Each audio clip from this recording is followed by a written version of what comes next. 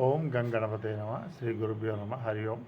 Friends, మనం భక్తి పైన దాన్ని కంటిన్యూషన్. భక్తి రియల్లీ ఇప్పుడు చాలా భక్తి చాలా పెరిగింది. అయితే ఈ భక్తికి ఉన్న భగవంతుడి పరంగా చూస్తే ఆ కాంట్రాస్ట్ ఏదైతే ఉందో దానిపైనే further will make thing. Because ఇది ఎంత రీఇన్ఫోర్స్ చేసుకుంటే మనకంత భగవంతుడి పరంగా క్లారిటీ ఉంటుంది. ఒకటి ఏంటంటే ఎగ్జాంపుల్, దేవుడు సచ్చిదానంద స్వరూపుడు, అతను నిర్గుణ పరబ్రహ్మ, అదంతా ఉంది. అయితే ఎవరైతే సగుణ పరబ్రహ్మ ఏదైతే ఉందో మనకు త్రిమూర్తులు దేవతలు వాళ్ళ అవతారణ. సపోజ్ ఎగ్జాంపుల్ మనం కృష్ణ భగవానుడు తీసుకున్నట్టయితే, అప్పుడు కృష్ణ భగవానుడు సరే, ఇప్పుడు వర్తమానంలో కృష్ణుడి ఒక మందిరం ఉంది. అయితే ఆ కృష్ణుడిని అభిమానిస్తున్నాం.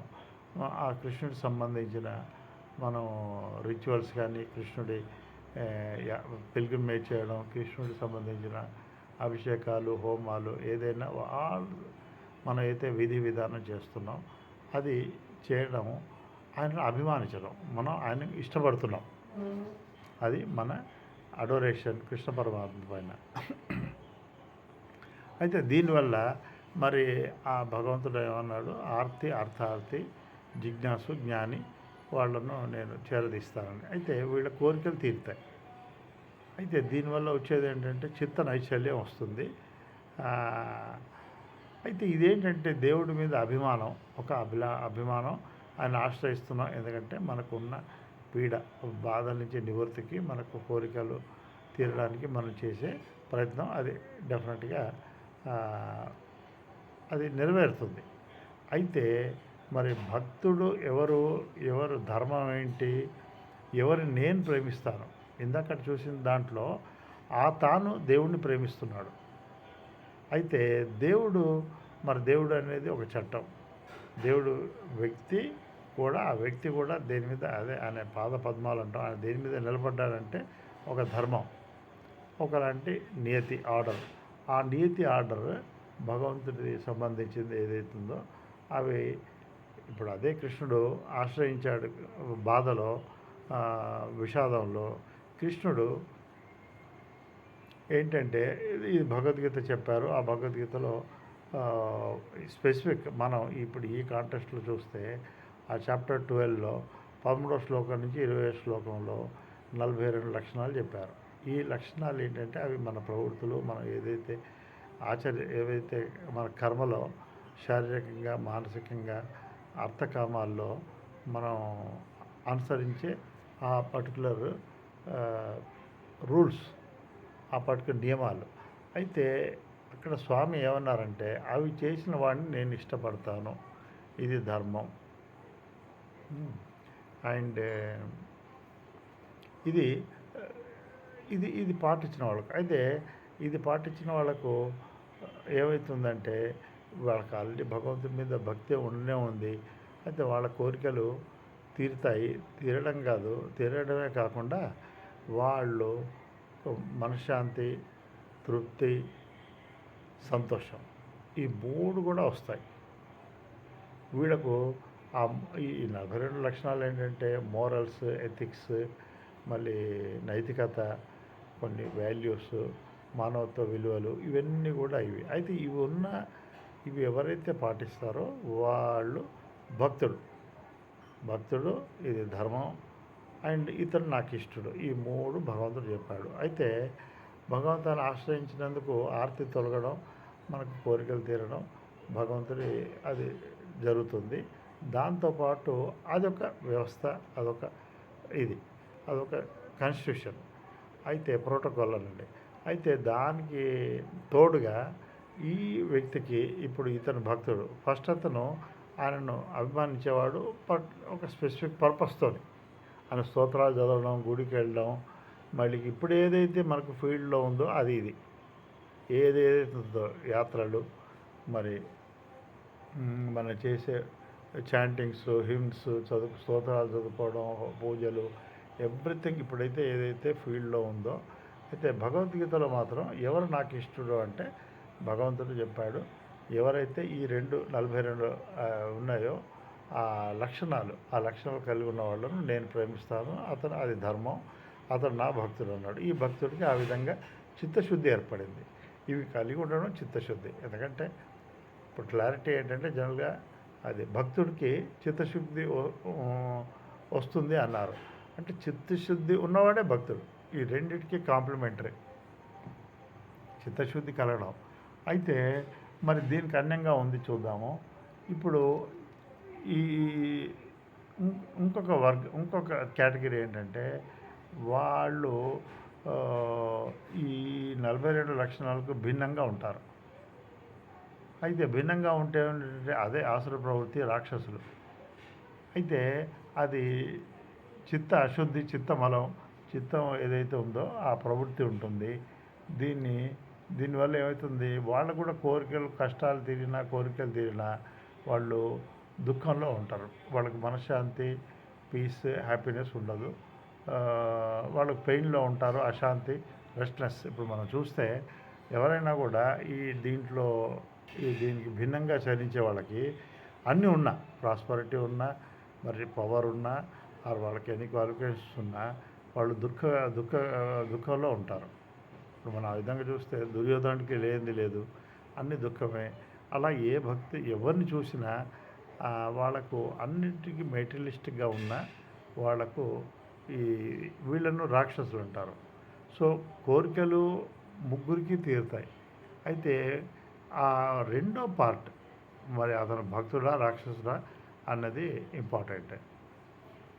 ఇప్పుడు వ్యక్తి చేయాల్సింది ఏంటంటే, సపోజ్ మనకు ఈ డూస్ అండ్ ఆ లక్షణాలు మనం దాని గురించి ఇది బెంగ పెట్టుకోనక్కర్లేదు.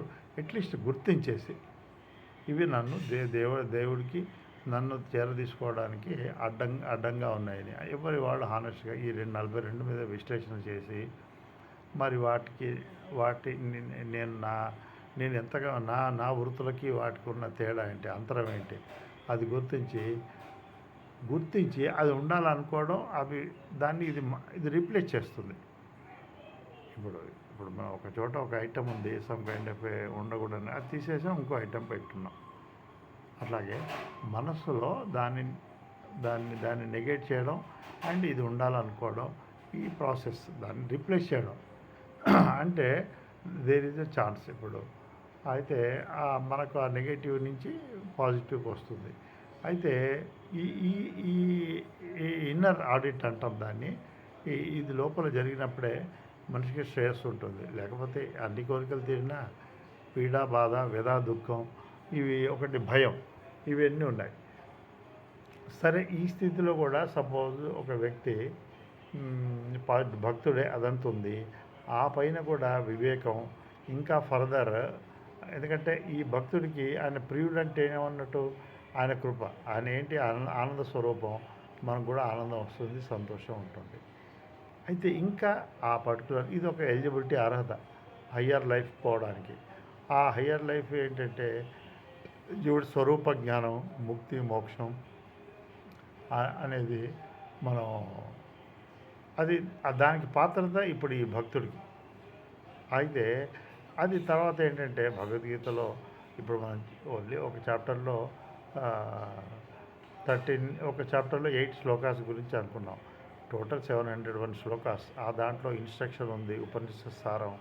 అయితే దానికి పాత్రత వచ్చేసి ఇంకా ఆ వివేకం వచ్చేసి మరి ఆ క్షేత్రజ్ఞ విభాగం.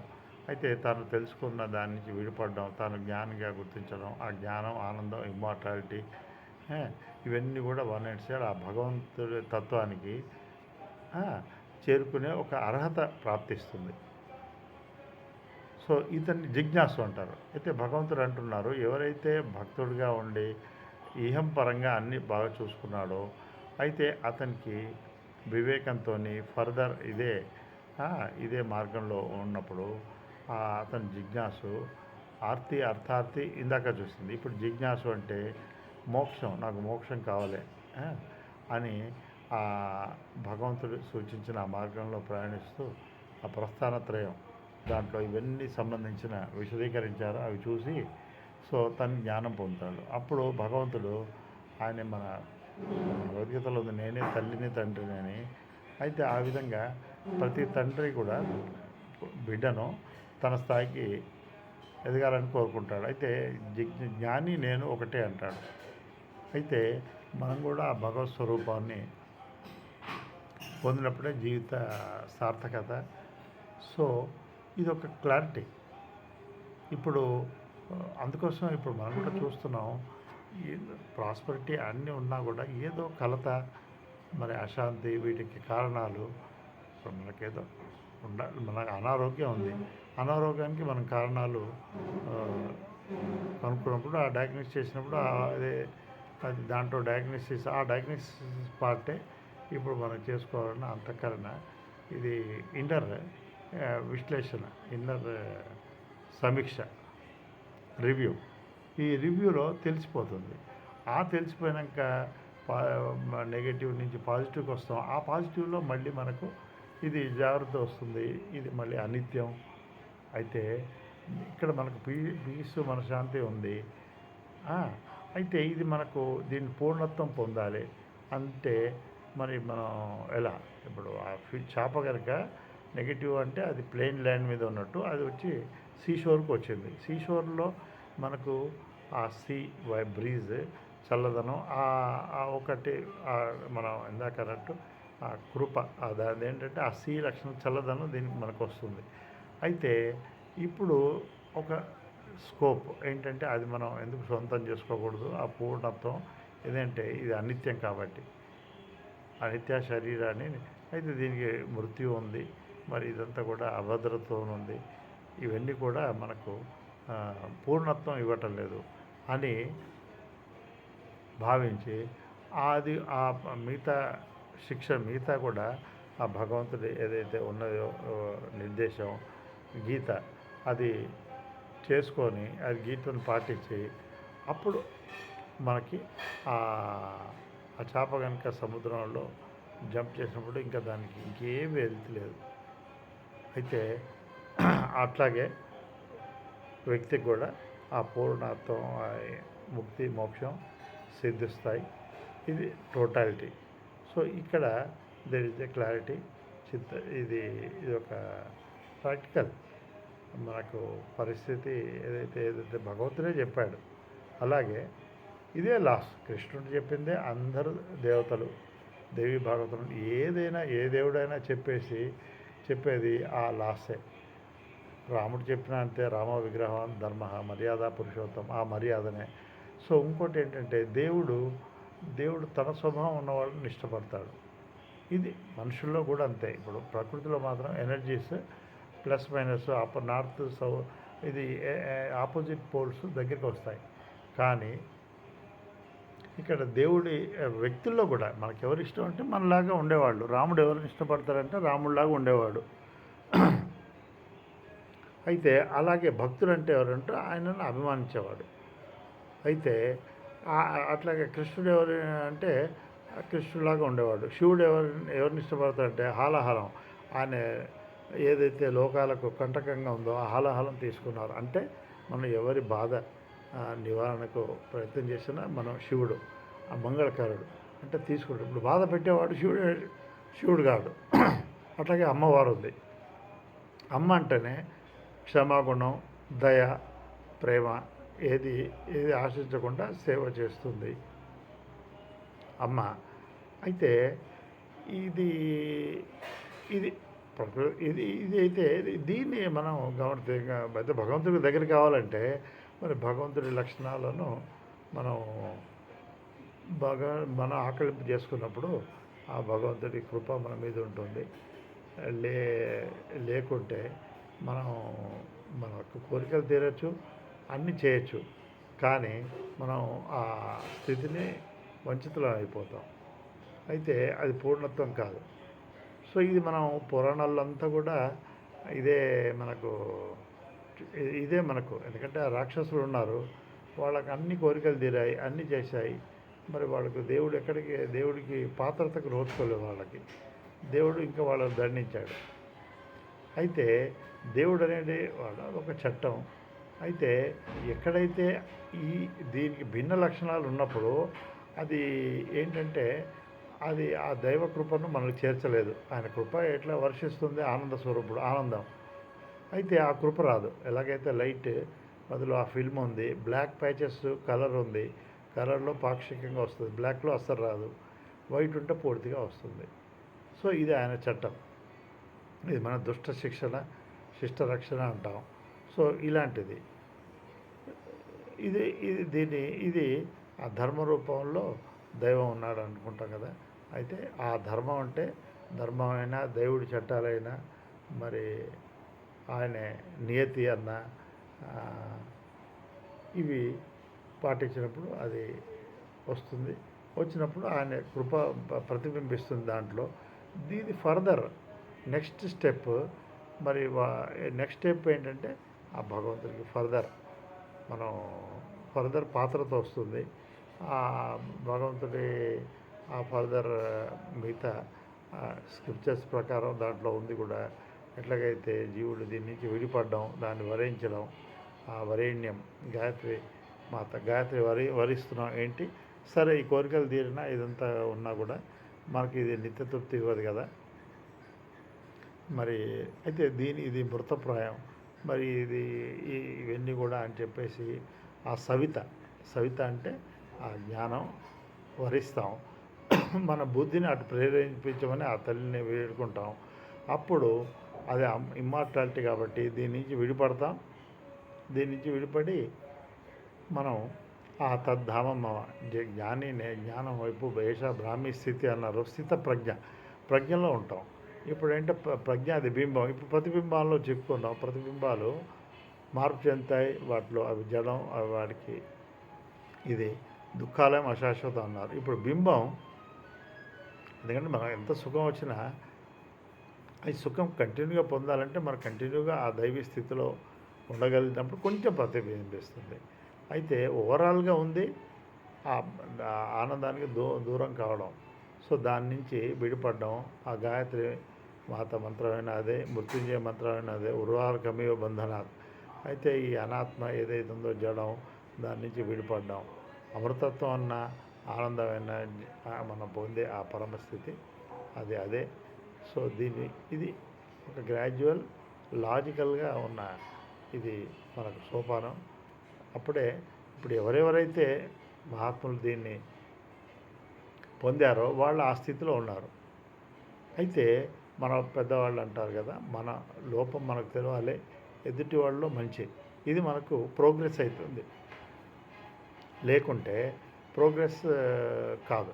ఇప్పుడు నా మంచి తెలిసింది, వేరే వాళ్ళ చెడు తెలిసింది, అది ఏ విధంగా కాదు. అయితే మనకు చెడు తెలిసినప్పుడల్లా ఏంటంటే ఆ చెడు ఉండకూడదని కూడా అది కూడా మనకు తోస్తుంది. కాబట్టి ఎట్లా ఉండాలో ముందు అభ్యాసంతోనే వస్తుంది. అయితే ఎవరు ప్యానిక్ అనక్కర్లేదు. అనాది నుంచి మనం ఏదైతే సూక్ష్మ శరీరం దాన్ని క్యారీ అవుతుందో అది దాంట్లో ఉంది. మనం గమనించి డయాగ్నైజ్ చేసుకోవడం, దాన్ని ఎట్లా ఉండాలో రీప్రోగ్రామ్ చేసుకోవడం, ఇది మాత్రం మనకు వివేకం ఉంది. దాన్ని చేసుకోవచ్చు. నిత్యానిత్యం ఏది రైట్ రాంగ్ ఆ వివేకం ఉంది. దాంతో ఆ వివేక జాగృతి చేసుకొని ఆ వివేకం కోసమే మన ఈ గాయత్రి మంత్రం భర్గ అంటే వాటిని ఏది ఉండకూడదో వాటిని తీసేయడం భర్గవ్.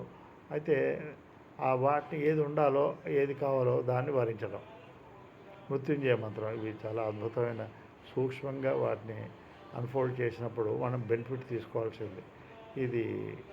ఈ యాత్ర ఎట్లా అంటే ఆ క్యాటర్ పిల్లరు, ఆ గొంగళి పురుగు, అది బటర్ఫ్లై అయినట్టు.